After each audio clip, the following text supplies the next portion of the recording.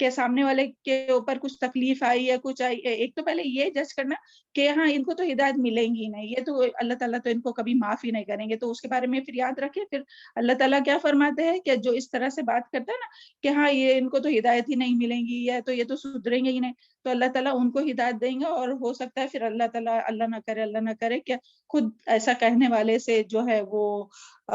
راہ راست سے اس کو بھٹکا دے. تو ایسا کبھی بھی نہیں کہنا چاہیے, اور کسی کے بارے میں بھی جج نہیں کرنا چاہیے, ججمنٹ نہیں ہونا چاہیے, اور اچھی رائے ہی ہمیشہ دوسروں کے بارے میں رکھنا چاہیے, اور اپنی طرف سے بس ہے کہ کوشش کرتے رہنا چاہیے. اور یہ ہے کہ حق اور باطل یعنی یہاں جو بات آئی نا کہ جو لا علم ہے ان لوگوں کی پیروی نہیں کرنا چاہیے, تو اس میں یعنی کہ وہ لوگ کتنے بھی چاہے کانفیڈنٹ ہو یا بہت ظاہری طور پر ایسا لگتا ہو کہ ہاں یہ بہت انفلوئنشیل ہے یا بہت بڑے یا جو بھی دنیائی لحاظ سے سمجھے, تو مگر ان لوگوں کو فالو نہیں کرنا چاہیے جب تک کہ ان کے پاس جو ہے وہ علم نہیں ہے, یعنی دین کا علم, دین حق یا کوئی کتاب کا علم نہیں ہے, تو ان کو بلائنڈلی فالو نہیں کرنا چاہیے. اگر ہاں علم ہے تو ان کو فالو کیا جا سکتا ہے تاکہ ہم لوگ بھی علم پر ثابت قدم رہ سکے, مگر جو لا علم ہے, جن کو دین کے علم کی سمجھ نہیں ہے, تو ان کو فالو نہیں کرنا چاہیے. اللہ تعالیٰ ہم سب کو بولنے اور سننے سے زیادہ عمل کرنے کی توفیق عطا فرمائے, اور اس پر ثابت قدم رکھے, ہے نا, کہ جو بھی ہم لوگ نیکی کا کام کرتے رہتے ہیں وہ ہمیشہ کرتے رہے مرتے دم تک, اور کبھی بھی جو ہے وہ جاہلوں کی پیروی نہ کرے, جو لا علم ہے وہ ان کی پیروی نہ کرے. مگر آج جو مسلمانوں کا حال ہے نا وہ الگ ہی حال ہوا ہے, کہ جو دین کے معاملے میں نا, دنیا کے معاملے میں تو دیکھتے ہیں کہ ہاں وہ جو ایک دم پڑھا لکھا ہے, ڈاکٹر کے پاس بھی جانا ہے تو ان کی ڈگری دیکھیں گے کہ ان کی کیا ڈگری ہے کیا نہیں, تب جائیں گے, یا کوئی بھی کنسلٹ کسی سے کرنا ہے تو بہت پڑھے لکھوں کو دیکھیں گے. مگر جہاں دین کا معاملہ آتا ہے تو کس کو فالو کریں گے, کہ وہی اپنے باپ دادا جو رسم و رواج تھے اس کو فالو کریں گے, یا جو بیچارے لا علم تھے جو وہ پہلے کرتے تھے ان کو فالو کریں گے. تو یہاں ان تمام باتوں کی بھی یہاں اس سے بھی پتہ چلتا ہے کہ لا علم لوگوں کو جو ہے وہ فالو نہیں کرنا چاہیے. اللہ تعالیٰ ہم سب کو دین کی سمجھ عطا فرمائے, اور اس تعلیم کو دنیا والوں تک پہنچانے کی اور اس پر پہلے عمل کرنے کی اور دوسروں تک پہنچانے کی توفیق عطا فرمائے. پھر آگے آیت نمبر 90 پر آتے ہیں. اعوذ باللہ من الشیطان الرجیم. امید کرتے ہیں کہ آیت نمبر 89 جو ہے وہ سمجھ میں آ گئی ہوں گی نا, یعنی عملی طور پر کہ کس طرح سے ہمیں ثابت قدم رہنا ہے. اللہ تعالیٰ ہم سب کو توفیق عطا فرمائے. وہ جاوزنا, اور گزار دیا ہم نے بنی اسرائیل کو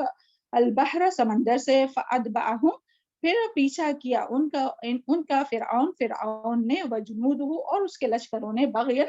ضد میں, بغین یہ یاد رکھے, بغین ادوا, اور ضد اور زیادتی میں. کس میں پیچھا کیا؟ ضد اور زیادتی میں. حتیٰ یہاں تک کہ اذا, جب, ادرکہ, پا لیا اس کو, غرق ہونے نے,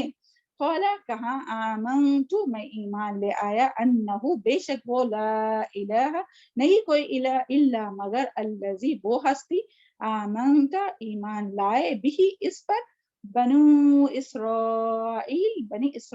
وانا من المسلمین, اور میں مسلمانوں میں سے ہوں. تو یہاں جو ہے وہ ابھی بتایا جا رہا ہے کہ کس طرح سے جو ہے وہ یعنی جو موسیٰ علیہ السلام نے جو دعا کی تھی وہ کس طرح سے قبول ہوئی, اس کا یہاں ذکر ہے, اور کس طرح سے جو ہے وہ اللہ تعالیٰ نے بنی اسرائیل کو نجات دی اور آل فرعون کو غرق کیا. اور یہ آیت نمبر 91 اور 92 بھی, کیونکہ یہ سیم کنٹینیویشن ہی ہے. الان, کیا اب, وقت عصیتا, اور حالانکہ تحقیق تو نے نافرمانی کی, قبل, اس سے پہلے, وقمت, اور تھا تو, من المفسدین, فساد کرنے والوں میں سے, فالیوم, تو آج, ننجی کا, ہم بچا لیں گے تجھ کو, ببدنی کا, تیرے بدن کے ساتھ, لتکون, تاکہ تو ہو جائے, لمن, واسطے ان کے, خلفکا, تیرے پیچھے ہے, آیتن, ایک نشانی, و انا, اور بے شک, کثیرن, بہت سے, من الناس, لوگوں میں سے, ان آیاتنا, ہماری آیات سے, لغافلون, البتہ غافل ہے. یہ جو آیت ہے تو اس میں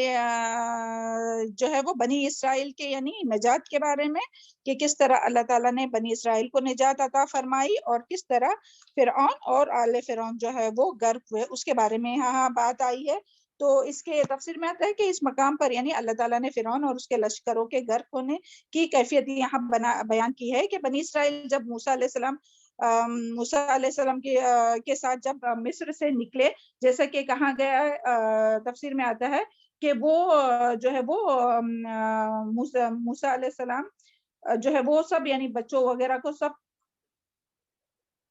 یعنی ان کی جو ٹوٹل تعداد جو تھی نا جو بنی اسرائیل جو موسیٰ علیہ السلام جن کو لے کے نکلے تھے تو ان کی ٹوٹل جو تعداد تھی وہ تفسیر میں آتا ہے کہ وہ 6 لاکھ کے قریب تھی یعنی بچے وغیرہ کو چھوڑ کر 6 لاکھ تک کی ان کی تعداد تھی سبحان اللہ. اور پھر کپتیوں سے انہوں نے بہت سے زیورات بھی یعنی ادھاری پر لیے ہوئے تھے یعنی پہننے کے لیے اس طرح سے لیے ہوئے تھے. تو وہ جب وہ نکل رہے تھے نا یہاں سے جب اللہ تعالیٰ نے ان کو حکم دیا نکلنے کا تو جب وہ نکل رہے تھے تو وہ ان کے پاس جو کپتیوں کے زیورات تھے تو وہ بھی وہ ساتھ میں لے کر نکل آئے یعنی بنی اسرائیل نے اسے بھی ساتھ میں لیے. اور اس کے بارے میں آتا ہے نا کہ انشاءاللہ آگے یا پیچھے بھی ہم لوگ پڑھ چکے ہیں کہ جس سے وہ زیورات سے وہ جو جادوگر تھا سامری اس نے بچڑا بنایا تھا تو وہ یہی زیورات تھے یعنی یہ آل فرعون کے جو تھے وہ کہ. اور پھر یہاں جو ہے وہ بنی اسرائیل کے نکلنے کے بعد جو ہے وہ فرعون کو جو ہے وہ اور غصہ آیا کہ اس کے غصے میں اضافہ ہوا کہ اور اس نے حکم دیا تمام لوگوں کو یعنی جتنے بھی اس کے فرعون کے جتنے بھی آل فرعون تھے سب کو حکم دیا نکلنے کے لیے اور سب تاکہ سب پورا لشکر جو ہے وہ یعنی کوئی بھی پیچھے نہ ہو اور پورا کے پورا لشکر جمع ہو اور سب نے جا کے جو ہے وہ بنی اسرائیل کا یعنی پیچھا کرنے کی کوشش کی. اور ایک طرف دیکھیں اللہ تعالیٰ یعنی اللہ تعالیٰ نے پہلے ہی بتا دیا تھا نا کہ یہ جو ہے وہ فنا ہونے والی ہے اور یہ ایمان نہیں لانے والا فرعون جو ہے وہ ایمان نہیں لانے والا. تو جب وہ نکلے تو یعنی اور انہوں نے اپنا سب کچھ چھوڑ کر جو فرعون ہے وہ پوری سلطنت کے ساتھ جو ہے وہ یعنی ان کا کوئی بھی ایک شخص بھی ایسا نہیں تھا کہ جو وہاں سے نہیں نکلا تھا مصر سے نہیں نکلا تھا ہر ایک نکل آیا تھا فرعون کے ساتھ کیونکہ اللہ تعالیٰ کا وعدہ تھا نا کہ سب کو غرق کرنے کا. تو وہ سب کے سب نکل آئے تھے اور وہ سب جہاں ملاقات ہوئے نا وہ جو وقت تھا وہ سورج سے طلوع ہونے کا وقت تھا. اور جب ان لوگ جو ہے وہ بنی اسرائیل اور یہ جو ہے آل فرعون اور فرعون جو ہے وہ آمنے سامنے ہوئے جس کا ذکر سورہ الشعراء آیت نمبر 61 میں آتا ہے. فَلَمَّا تَرَاءَ الْجَمْعَانِ قَالَ أَصْحَابُ مُوسَىٰ إِنَّا لَمُدْرَكُونَ کہ جب دونوں جماعتیں کون سی دونوں جماعتیں یعنی فرعون اور آل فرعون اور بنی اسرائیل کہ جب دونوں جماعتیں ایک دوسرے کو دیکھا تو موسیٰ علیہ السلام کے ساتھی کہنے لگے کہ یقیناً تو پکڑے گئے یعنی انہوں نے کیا کہا کہ یقیناً ہم تو پکڑے گئے اس لیے کہ جب وہ ساحل سمندر پر پہنچے تو فرعون ان کے پیچھے تھا اور سامنے کیا تھا سامنے جو تھا وہ بڑا ایسا سمندر تھا. تو یہ جو بنی اسرائیل جو تھے وہ کیا سمجھے کہ بس ابھی تو ہم ہلاک ہی ہوتے کیونکہ پیچھے بس ان کی فوج تھی تو ابھی جنگ کے علاوہ کوئی چارہ نہیں وہ سمجھ رہے تھے. لیکن موسیٰ علیہ السلام نے جب موسیٰ علیہ السلام سے انہوں نے اصرار کیا بار بار نا تو موسیٰ علیہ السلام نے یعنی نجات کے لیے کیا بات بتائی اور ان کے اس سوال کا یا جو وہ بات کر رہے تھے اس کا کیا جواب دیا کہ موسیٰ علیہ السلام نے کہا کہ کلا اس کا ذکر بھی سورہ الشعراء آیت نمبر 62 میں ہے کلا ان معی ربی سیہدین کہ ہرگز نہیں بلا شبہ میرا پروردگار میرے ساتھ ہے وہ ضرور مجھے راستہ بتائے گا. کیونکہ موسیٰ علیہ السلام کو کس نے حکم دیا تھا اللہ تعالیٰ نے ہی حکم دیا تھا نا کہ پورے بنی اسرائیل کو لے کر نکلو تو وہ تو اللہ تعالیٰ کے حکم سے ہی نکلے تھے نا. تو اس کے لیے وہ فرمانے لگے کیا مجھے جو ہے وہ میرا رب جو ہے وہ میری رہنمائی فرمائے گا. اور یعنی جہاں تنگی ہوتی ہے نا تو وہاں سے ہی راستہ نکلتا ہے. اور اس کا ذکر کتنی بار قرآن میں آتا ہے نا فَإِنَّ مَعَ الْعُسْرِ يُسْرًا یعنی جہاں مشقت ہوتی ہے جہاں تنگی ہوتی ہے نا تو وہاں سے ہی اللہ تعالیٰ جو ہے وہ راستہ نکالتے ہیں. تو جس طرح یہاں ابھی بنی اسرائیل کے لیے تنگ ہو گئی تھی جگہ سامنے جو ہے وہ فرعون کی قوم اور سامنے جو ہے وہ سمندر اور پیچھے فرعون کی قوم. تو اللہ تعالیٰ نے ٹھیک اسی جگہ سے, تو اس کے لیے یعنی اس میں ہم لوگوں کے لیے کیا سبق ہے کہ جب بھی زندگی میں ہم لوگوں کے بھی یعنی ہر ایک کے پرسنل جو بھی ہے, تو زندگی میں جب بھی کوئی مشکل آئے, مشقت ہو, کچھ بھی ایسی آزمائش ہو اور ایک دم ٹف ٹائم ہو, ایک دم مشکل ٹائم ہے, تو سمجھنا چاہیے کہ بس یہاں سے ہی جو ہے وہ اللہ تعالیٰ راستہ نکالنے والا ہے, اور یہاں سے ہی جو ہے وہ آسانی شروع ہونے والی ہے. اور اللہ تعالیٰ سے ہمیشہ پر امید ہونا چاہیے, جس طرح سے یہاں موسیٰ علیہ السلام خود بھی پر امید رہے اور اپنے لوگوں کو بھی. تو اس کے لیے ہمارے لیے بھی اس میں کہ جو بھی قرآن پڑھنے والے ہیں ان کو خود بھی یعنی سب کو ہی ہونا چاہیے, نہیں کہ صرف قرآن پڑھنے والے سب اللہ پر توکل کرتے ہیں, مگر یہ کہ ہم لوگوں کو دوسروں کو بھی اس بات کا بتاتے رہنا چاہیے. اللہ تعالیٰ ہم سب کو اس کی توفیق عطا فرمائے. اور پھر جو آتا ہے کہ یعنی پھر موسیٰ علیہ السلام کو اللہ تعالیٰ نے کیا حکم دیا کہ لاٹھی جو ہے وہ عصا جو ہے وہ سمندر پر مارو, تو جو سمندر ہے جو سمندر سے اللہ تعالیٰ راستہ نکالیں گا. اور اس کا ذکر شورہ آیت نمبر 63 میں ہے. چنانچہ سمندر کا ہر ٹکڑا ایک عظیم پہاڑ جیسا ہو گیا. سبحان اللہ. یعنی کہ دیکھیے موسیٰ علیہ السلام نے لاٹھی ماری, امیجن کیجئے تھوڑا کہ بڑا سمندر ہے یہ. اب ہم لوگ گلف اسٹریٹ پر جاتے ہیں نا, تو دیکھیں بحر عرب ہے نا, بڑا سمندر, کہاں تک دیکھے تو پورا ایران تک جو ہے وہ کہاں تک یہ سمندر جاتا ہے. تو جسٹ امیجن کیجئے کہ وہ آگے جو ہے وہ پانی, اتنا بڑا سمندر, پیچھے جو ہے وہ دشمن قوم, اور کس طرح سے جو ہے وہ موسیٰ علیہ السلام نے اس میں ایک لاٹھی ماری اور پورا سمندر ہے. یعنی یہاں سے سمجھے, امیجن کیجئے یہاں سے کویت میں ہے نا, تو کوئی سمندر کے اس طرف اگر ایران ہے, تو حالانکہ ہے تو بہت دور, مگر وہ اس میں لاٹھی مارے اور پھر جو بیچ میں سے رستہ بنا, اور جو اس میں سے جو ہے وہ, اور تفسیر میں آتا ہے کہ اس کے یعنی جب وہ لاٹھی مارے نا تو 12 راستے الگ الگ نکل گئے, کیونکہ 12 قبیلے تھے نا ان لوگوں کے, 12 الگ الگ سے گروہ تھے اور پھر ان کے خاندان تھے, تو وہ 12 راستے نکلے اور سب ایک ایک راستے سے جانے لگے. اور سبحان اللہ, وہ اس طرح سے امیجن کیجئے کہ وہ جو پانی ہے نا وہ بڑے پہاڑ کی مانند ہو گیا. اور پھر آتا ہے اس میں تفسیر میں کہ پھر بیچ میں اس میں کھڑکیاں بھی تھی, تاکہ لوگوں کو یہ نہیں لگے کہ دوسرے لوگ تو پتہ نہیں ڈوب گئے کہ کیا, تو ان کو دوسرے لوگ بھی نظر آ رہے تھے, یعنی دوسرے لوگ بھی نظر آ رہے تھے کہ یعنی اس طرح سے 12 جو راستے نکلے. اور پھر اس سے جو وہ کراس کر کے سبحان اللہ, اللہ تعالیٰ نے ان لوگوں کو جو ہے پار اتار دیا. اور جب جیسے ہی یعنی یعنی یہ جو سمندر تھا وہ بحر کلزم تھا, تو بحر کلزم سے ساحل کی طرف جب وہ لوگ پہنچے, تو یہاں سے فرعون اور اس کے لشکر, اور اس میں آتا ہے کہ تفسیر میں کہ ان کے ساتھ بہت سے گھوڑے تھے, رنگ والے گھوڑے بھی تھے اور کالے گھوڑے بھی, 1 لاکھ کے قریب گھوڑے تھے. تو سارے کے سارا پورا لشکر, کوئی بھی پیچھے باقی نہیں رہا. کس طرح سے اللہ تعالیٰ نے انہیں نکالا دیکھے. اور یہاں سے جو ہے وہاں سے وہ ایک آخری جو بنی اسرائیل تھا وہ بحر کلزم کو سے باہر نکلا, آخر میں جو تھا وہ ساحل سے اس طرح پہنچ گئے سارے, اور وہ آخری بھی. اور یہ جو ہے یہاں سے جو ہے وہ بنی اسرائیل فرعون اور اس کا جو لشکر ہے وہ آ رہا ہے, اور وہ جس انٹر ہوئے اور بیچ میں آئے, اور پھر اللہ تعالیٰ نے جو ہے وہ حکم دیا کہ سمندر کو ملنے کا. اور دیکھیں سبحان اللہ کہ کس طرح سے وہ سمندر جو ہے وہ مل گئے, اور جو پورے جو فرعون اور اس کے جو پورا لاؤ لشکر جو ہے وہ سب کے سب جو ہے وہ غرق ہو گئے, اور کوئی بھی یعنی اس سے نہیں بچا. تو اللہ تعالیٰ نے یعنی سمندر کو حکم دیا. تو یعنی دیکھیں ہر چیز پر جو حکم چلتا ہے نا, ابھی اتنا بڑا سمندر, تو کبھی ہم لوگ کو ایسے بھی دعا کرنا چاہیے کہ سبحان اللہ کہ یہ اتنے بڑے سمندر کو دیکھ کر, 3 طرف جو ہے وہ سمندر ہے نا, تو دیکھ کے دعا کرنا چاہیے کہ اللہ تعالیٰ تو نے ہی اس کو مسخر کر کے رکھا, ورنہ تو اس پہ قادر ہے نا کہ پورا سمندر جو ہے وہ آ جائے, باہر آ جائے اور سب کچھ ڈوب کے رہ جائے. اور دیکھیں یہ جو ابھی بارش ہوئی, کوکن میں جو بارش ہوئی, تو یہ بھی کس کے حکم سے ہوئی, اللہ تعالیٰ کے ہی نا. تو اللہ تعالیٰ اس پر قادر ہے. یہی بارش دیکھیں رحمت ہے, کس طرح سے آتی ہے کہ ہم لوگ خوش ہوتے ہیں, خوشیاں مناتے ہیں کہ ہاں چلو اللہ تعالیٰ کی رحمت ہوئی, مگر یہی اللہ تعالیٰ کو حکم ہوا کہ وہ کس طرح سے پانی برسا, اور کس طرح سے تھوڑا ہم لوگ کو اس میں بہت زیادہ غور و فکر کرنا چاہیے, اور بہت جلدی اللہ تعالیٰ کی طرف رجوع کرنا چاہیے. اور آج کل جو یہاں کویت میں کل آپ لوگوں نے فیل کیے تھے یہ جو ارتھ کویک کے جو یہ تھا, فیل کیے تھے آپ لوگوں نے, تو انسان ہے نا, تو سبحان اللہ یعنی اللہ تعالیٰ یہ ایک ایک یعنی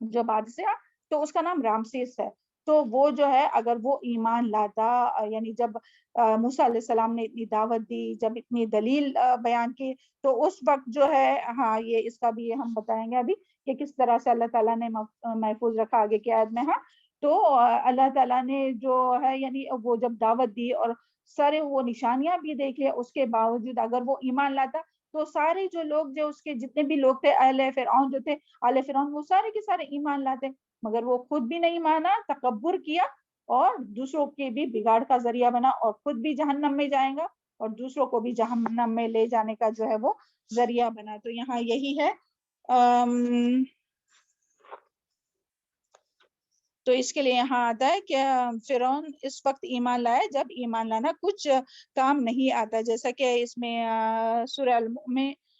المؤمن میں اس کا ذکر ہے، آیت نمبر 84 اور 85 میں. پھر جب انہوں نے ہمارا عذاب دیکھ لیا تو کہنے لگے کہ ہم اللہ واحد پر ایمان لائے اور جس چیز کو اس کے ساتھ شریک بناتے تھے اس کا انکار کرتے. پھر جب وہ ہمارا عذاب دیکھ چکے اس وقت ان کے ایمان نے ان کو کچھ بھی فائدہ نہ دیا. اللہ کی عادت یہ ہے کہ جو اس کے بندوں کے بارے میں چلی آتی ہے وہ اس عذاب کے موقع پر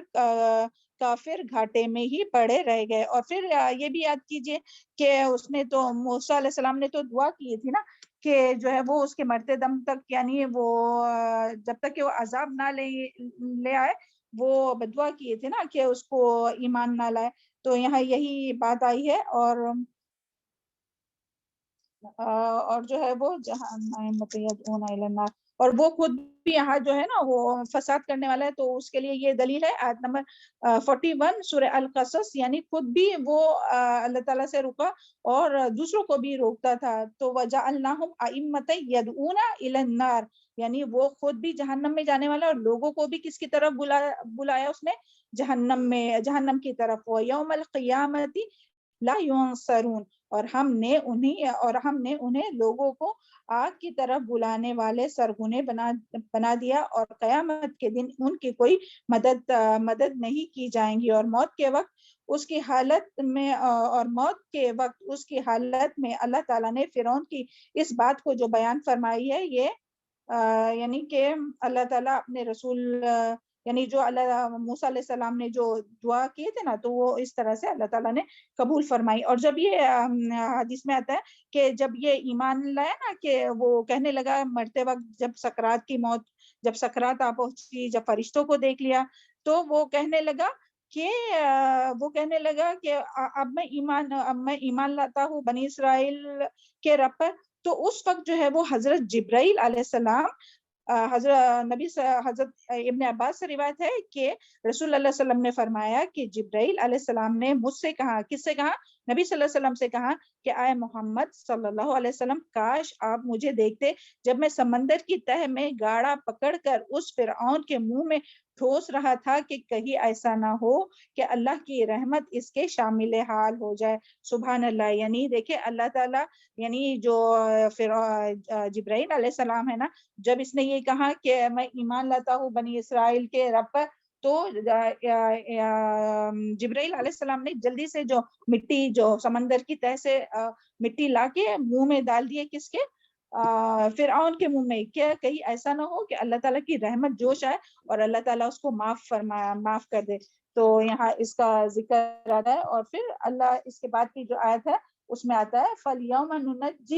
نُنَجِّيكَ بِبَدْنِكَ. پھر اللہ تعالیٰ کیا فرماتے ہیں کہ اللہ تعالیٰ نے جو ہے وہ ان کے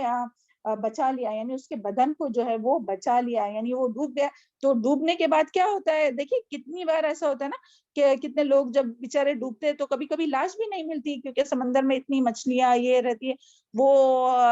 کھا سکتی ہے، یا کہیں بھی وہ ڈوب کے وہ سڑ سکتی ہے، کچھ بھی ہو سکتا ہے. لیکن اللہ تعالیٰ نے جو ہے وہ فرعون کی جو بدن ہے، فرعون کی جو لاش ہے، اس کو صحیح سلامت رکھا، محفوظ رکھا. کیوں محفوظ رکھا؟ یہاں جو بات آئی نا فَالْيَوْمَ نُنَجِّيكَ بِبَدْنِكَ، یعنی ہم تجھے بچا لیں گے تیرے بدن کے ساتھ، یعنی پوری باڈی اس کی محفوظ رہی ہے. ایسا نہیں کہ ڈوب گیا تو حالانکہ اتنا بڑا سمندر، کچھ بھی ہو سکتا تھا. تو مگر نہیں، اللہ تعالیٰ نے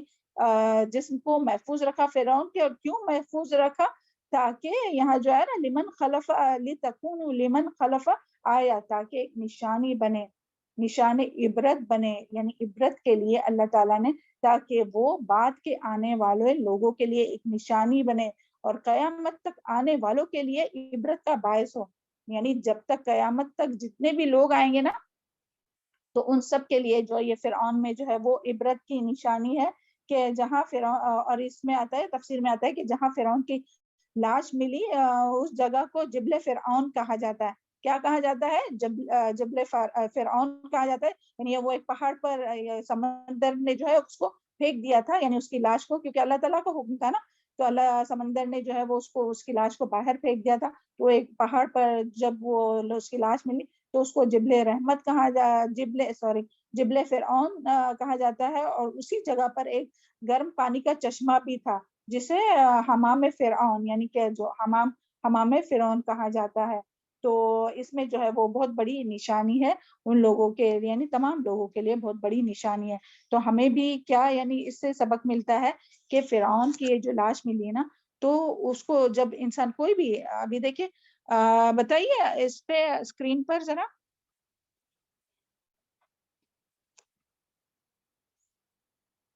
دیکھیں یہ کتنے سو سال پرانی جو ہے وہ اس کی باڈی ہے، اور اس کو اللہ تعالیٰ نے صحیح سلامت رکھا. اور یہ جو ہے ان لوگوں میں مصر میں یہ ہے نا کہ وہ جو کوئی بھی یعنی ان کے جو فرعون جو بادشاہ وہاں کے جو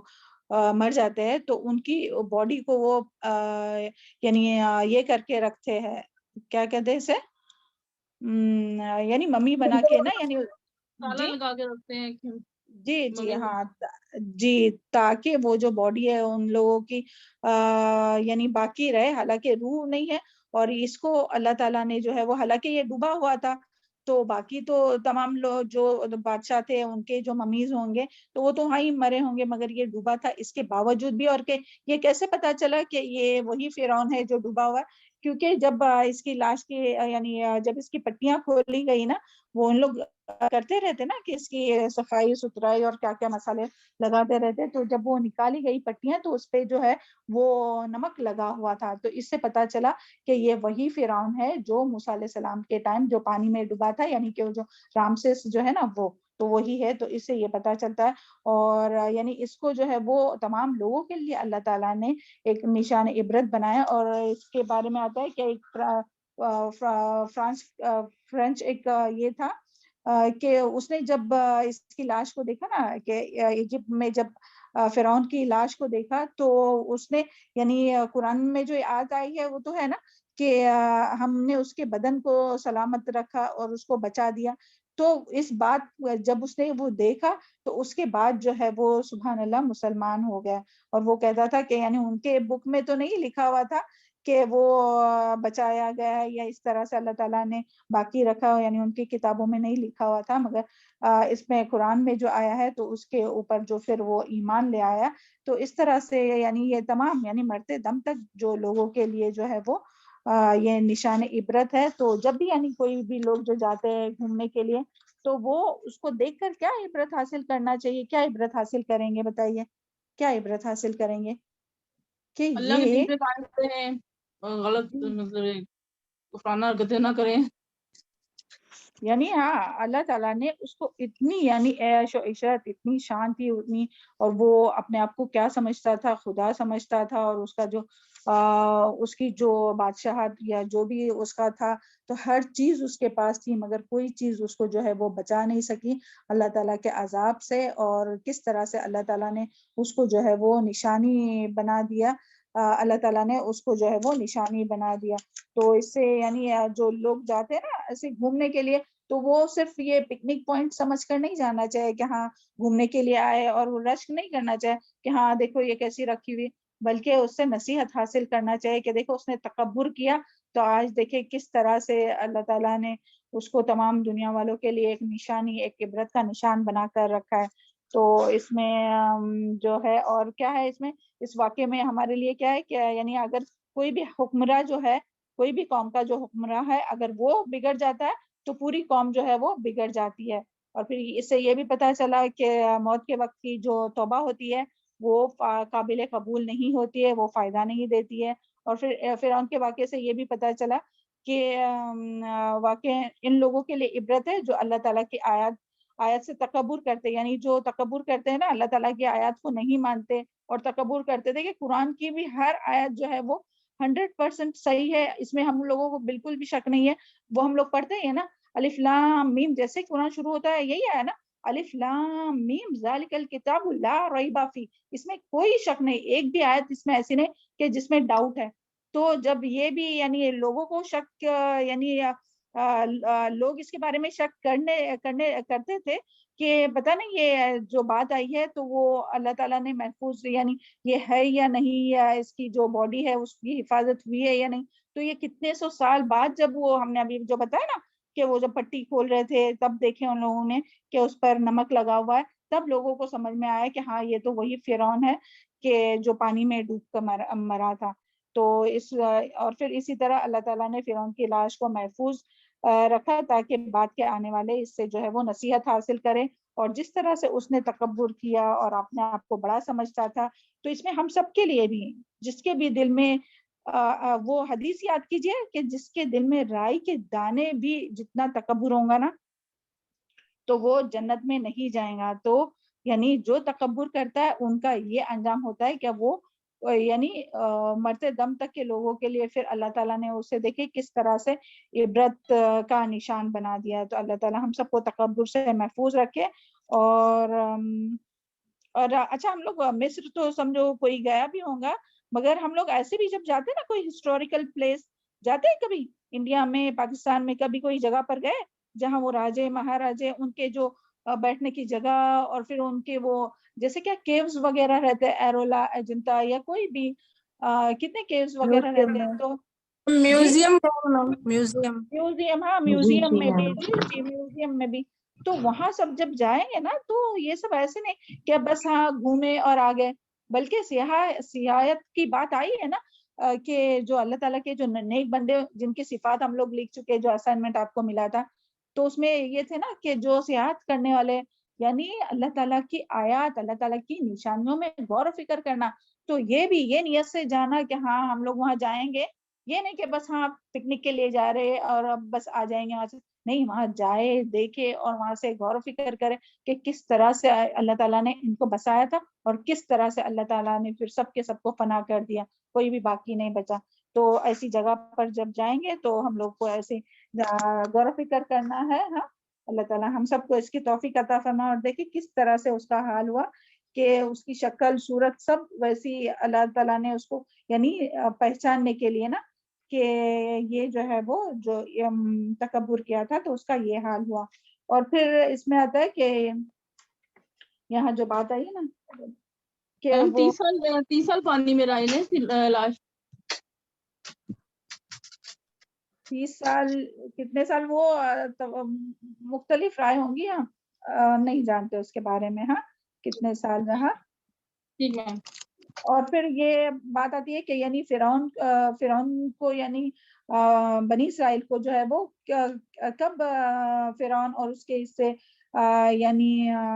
نجات ملی اور یا کب فرعون جو ہے وہ غرق ہوا، تو وہ عاشورہ کا دن تھا. یہ بھی ابھی جو آنے والا نا عاشورہ، تو وہ عاشورہ کا دن تھا کہ جس کے بارے میں یہ حدیث بھی آتی ہے نا کہ حضرت ابن عباس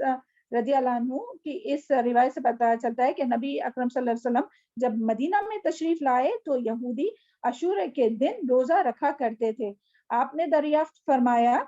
کہ تم اس دن روزہ کیوں رکھتے ہو؟ انہوں نے جواب دیا کہ اس دن موسیٰ علیہ السلام فرعون پر غالب آ گئے تھے.